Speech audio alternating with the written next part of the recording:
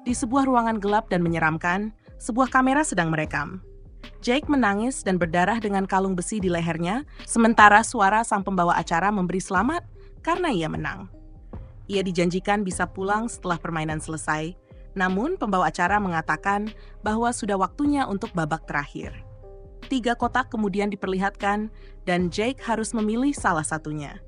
Jake menarik tali untuk membuka sebuah kotak, dan di dalamnya muncul senapan. Pembawa acara berterima kasih kepada Jake karena telah bermain, lalu menarik tali untuk menggerakkan sebuah mainan yang akhirnya menembakkan senapan itu, membunuh Jake. Sementara itu, 4 teman tiba di sebuah rumah musim panas. Rumah itu dulunya milik paman James, yang mengakhiri hidupnya sendiri setelah istrinya menghancurkan investasinya. Untuk merayakan ulang tahun Anita, kelompok itu menghabiskan sepanjang hari bersenang-senang. Di malam hari, James memulai permainan Truth or Dare, jujur atau tantangan? Tetapi Anita tidak mempercayai pertanyaan teman-temannya dan memilih untuk melewati. Melissa meminta tantangan dan James menyuruhnya mencium Anita. Namun Melissa menolak karena tidak ingin James memperlakukan pilihannya seperti objek. James bersikeras bahwa ini rumahnya, jadi ia harus mendapatkan apa yang ia mau, dan Anita mengaku tidak keberatan. Kedua gadis itu saling berciuman sebentar, lalu James mencoba mencium Melissa juga, tetapi Melissa segera mendorongnya. James yang marah mengeluh tentang kurangnya kerjasama mereka. Tiba-tiba mereka mendengar suara aneh dari luar. Matthew mengira itu bukan apa-apa dan mereka tak perlu khawatir. Tetapi suara-suara lain segera menyusul. Semua orang terpaku menatap pintu belakang dan James memanfaatkan kesempatan untuk menakuti mereka. Anita bertanya-tanya apakah mereka harus memanggil polisi, sementara James mengambil besi pemantik api dan pergi untuk memeriksa. Teman-temannya menjahilinya dengan mematikan lampu, memaksanya menggunakan ponsel sebagai penerangan. Tiba-tiba ia terkejut mendengar teriakan, tetapi ternyata hanya Melissa yang diam-diam keluar. Saat itu, James menemukan sesuatu di semak-semak dan membawanya ke dalam rumah. Semua orang terkejut melihat sebuah kamera dengan kaset di dalamnya, dan James ingin menontonnya. Matthew merasa hal ini menyeramkan, dan Anita percaya bahwa membawa kamera itu adalah ide buruk.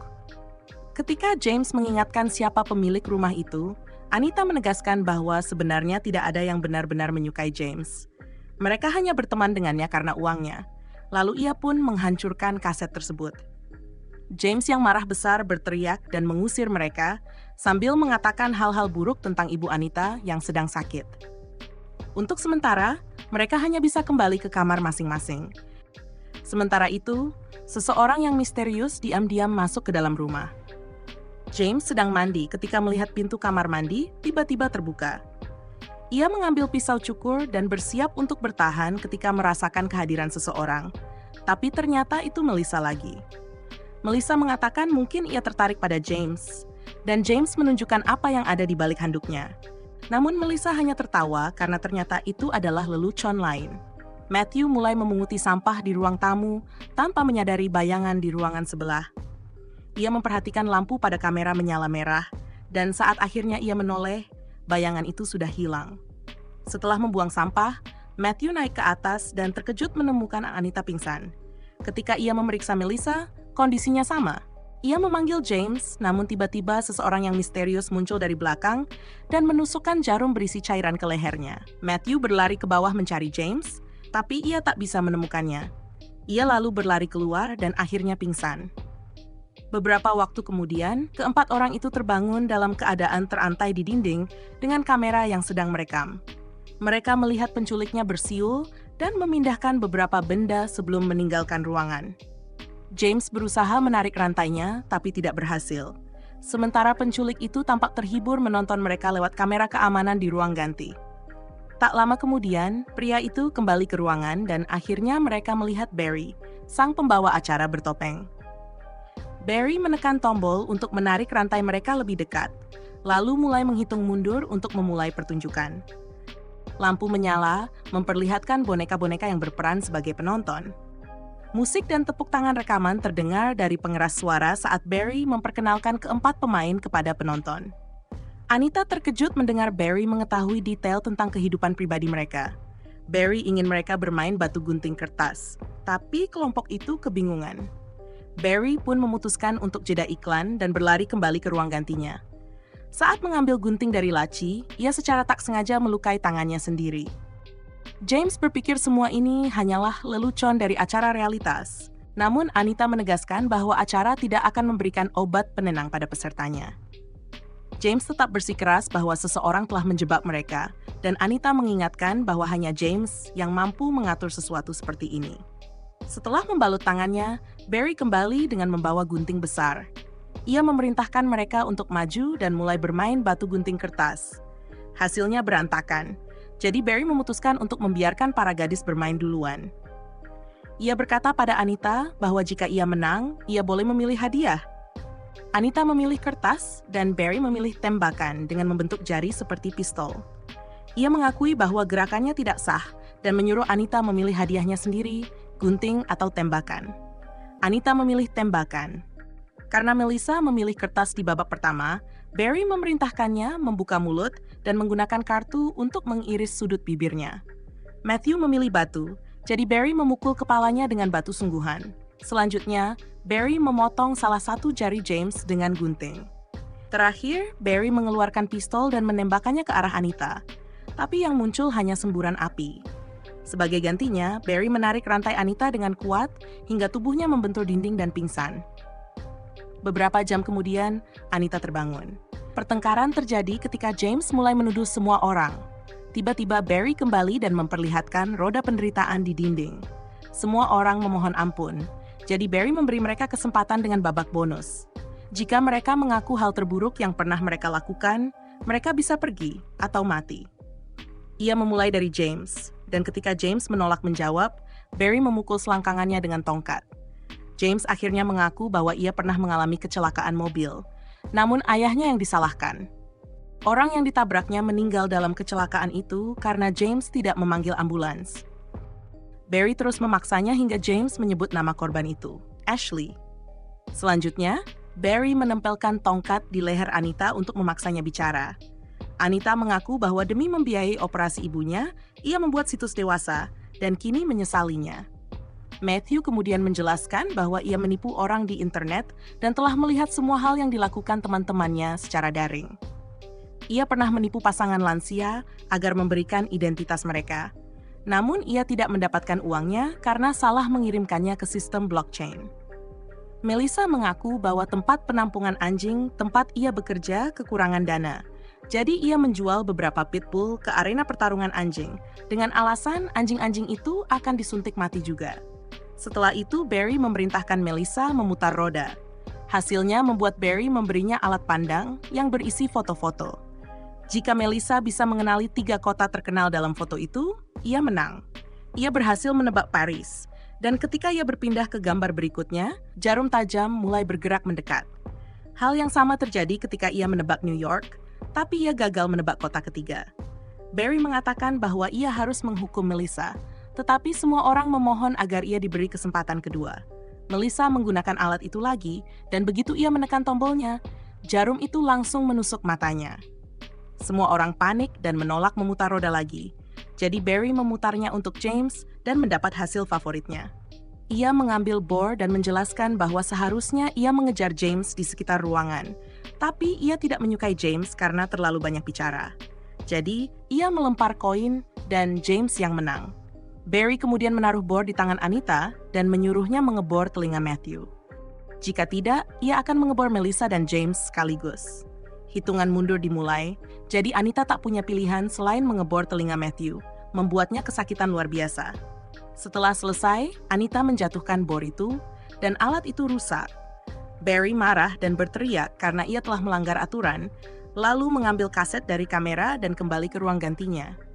Ia menempelkan label bertuliskan nama Matthew di kaset itu, dan menambahkannya ke tumpukan yang serupa. Beberapa saat kemudian, Barry kembali dan mengumumkan bahwa babak berikutnya akan sedikit berbeda. Layar memperlihatkan tulisan wildcard, dan Barry menjelaskan aturannya. 1 pertanyaan, semua menjawab, dan skor tertinggi menang. Barry mengatakan ia telah menanyai 100 orang untuk menyebutkan bagian tubuh yang paling sering terasa sakit, dan mereka harus menebak jawabannya. Matthew menjawab kepala, Melissa menjawab lutut, dan Anita menjawab perut. James mencoba menjangkau Barry untuk memukulnya, tapi rantainya justru membuatnya terjatuh. Barry berteriak kesal dan menjawab sendiri, leher, karena mereka semua benar-benar menyebalkan. Barry lalu mengeluarkan potongan kertas berisi jawaban. Nomor 1 adalah kepala, 2 otot, 3 leher, dan 4 kaki. Matthew menyadari bahwa totalnya tidak 100, dan Barry menemukan kertas terakhir dengan jawaban perut, yang ternyata lebih tinggi dari otot. Itu berarti Melissa kalah dalam permainan.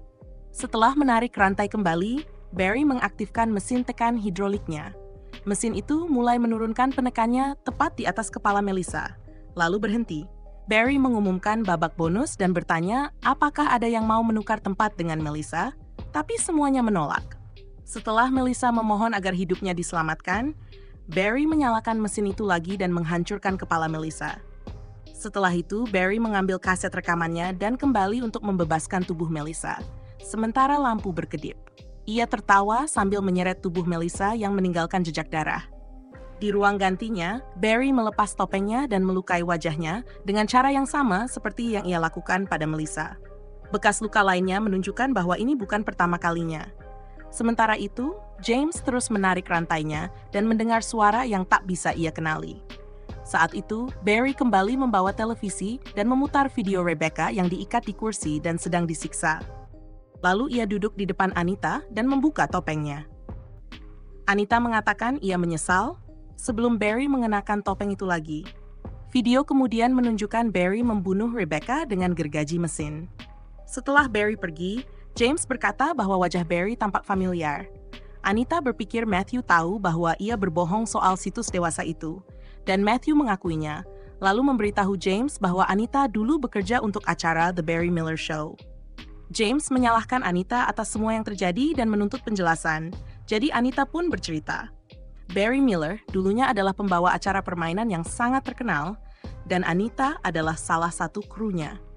Suatu hari, mereka menonton berita dan mengetahui bahwa Barry dibebaskan dari semua tuduhan pelecehan karena para korban mencabut kesaksiannya. Rebecca jijik mendengarnya, sementara Anita masih ingin percaya bahwa Barry bisa saja tidak bersalah. Jake mengatakan bahwa salah satu korban mendapat mobil baru, jadi kemungkinan besar semua korban dibayar. Rebecca menambahkan bahwa perusahaan biasanya menyingkirkan orang tua mesum demi menjaga citra saluran TV, dan ia mendengar bahwa Barry memang predator.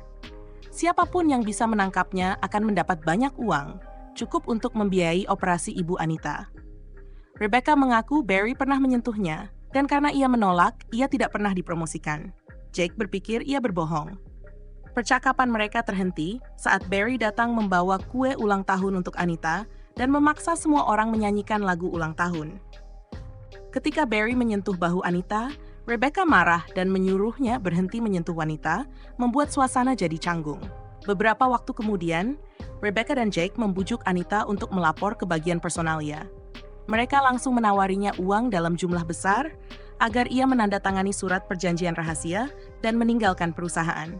Di masa kini, Barry kembali, dan James berkata bahwa Barry seharusnya hanya menghukum Anita, bukan dirinya. Bahkan, ia menawarkan bantuan berupa uang keluarga dan koneksi ayahnya. Barry berpura-pura senang mendengar ide itu dan berkata akan mengirimkan kepala James kepada ayahnya. Barry lalu membawa kepala pengacara perusahaan dan memaksa Anita memakan lidahnya. Sementara itu, James terus menarik rantainya hingga akhirnya terlepas dari dinding. Tiba-tiba, James memukul Barry hingga terjatuh dan bersiap menyerangnya dengan rantai. Namun Barry menekan tombol yang mengaktifkan alat kejut tersembunyi di rantai itu, menyetrum ketiganya sampai pingsan. Tak lama kemudian, para pria itu terbangun di atas meja operasi dengan bekas luka di perut mereka.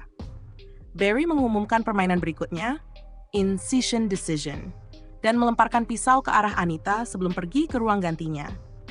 Melalui pengeras suara, Barry mengatakan bahwa ada 2 kunci di dalam perut Matthew dan James. Untuk keluar dari ruangan itu, mereka hanya butuh 1 kunci.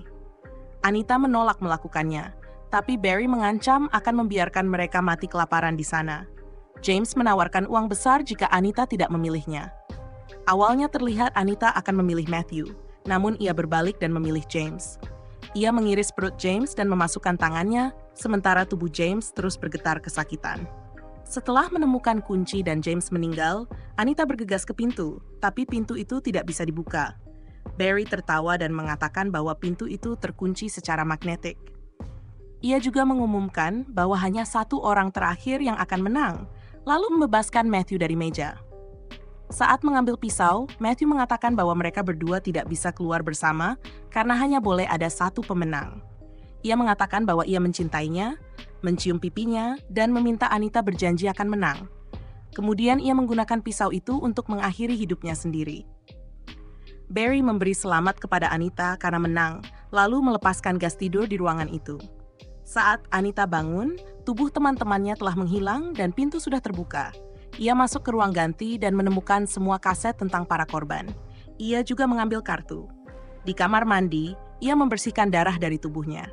Di kamar kecil, ada foto Barry bersama istrinya dan gambar-gambar aneh di dinding. Lalu, ia berjalan menyusuri lorong dan menemukan Barry di ruangan lain, yang menawarkan permainan terakhir.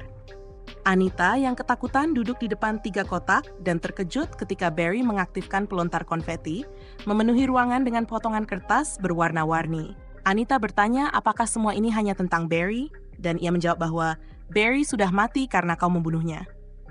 Anita menawarkan untuk mengaku kepada dunia bahwa ia telah berbohong, tapi Barry tidak bereaksi, membuatnya bertanya-tanya apakah Barry benar-benar bersalah. Barry pun marah dan mulai berteriak tentang perbuatan Anita. Lalu ia menyuruhnya memilih sebuah kotak. Jika tidak, ia akan membunuh ibunya. Anita akhirnya menarik tali dan membuka kotak yang ternyata berisi kue. Ketika Barry mulai menyanyikan lagu ulang tahun, Anita mengambil kartu dan mengiris wajah Barry sebelum berlari keluar. Ia berhasil mencapai luar rumah dan mengira semuanya telah berakhir. Namun Barry mengaktifkan alat kejut dan menjatuhkannya. Barry menjelaskan bahwa setiap luka di wajahnya mewakili satu pembunuhan, dan sekarang Anita telah memiliki satu untuk dirinya sendiri. Menggunakan rantai, Barry menyeret Anita kembali ke dalam. Ia menekan kepala Anita ke kue itu selama beberapa detik, namun ternyata tidak ada jebakan di dalamnya. Barry mengatakan bahwa ia boleh pergi, dan bahwa rasa kuenya sangat buruk. Tiba-tiba wajah Anita mulai terbakar dan matanya berubah merah. Ia berteriak kesakitan dan mencoba melarikan diri, tapi tubuhnya nyaris tidak bisa bergerak dan akhirnya roboh di lorong. Tubuhnya menggeliat kesakitan, hingga akhirnya mati. Barry duduk di sampingnya sambil bersenandung lagu tema acaranya di depan kamera. Sebuah kaset memperlihatkan Barry menyiksa pembawa acara talk show, hingga pria itu mengaku telah melecehkan para wanita, dan perusahaan membayar mereka agar diam. Lalu Barry membunuhnya dengan memukul kepalanya menggunakan palu. Cerita pun berakhir. Jangan lupa like, tulis komentarmu, dan subscribe channel ini. Aktifkan juga lonceng notifikasi supaya kamu nggak ketinggalan cerita-cerita seru lainnya. Terima kasih sudah menonton.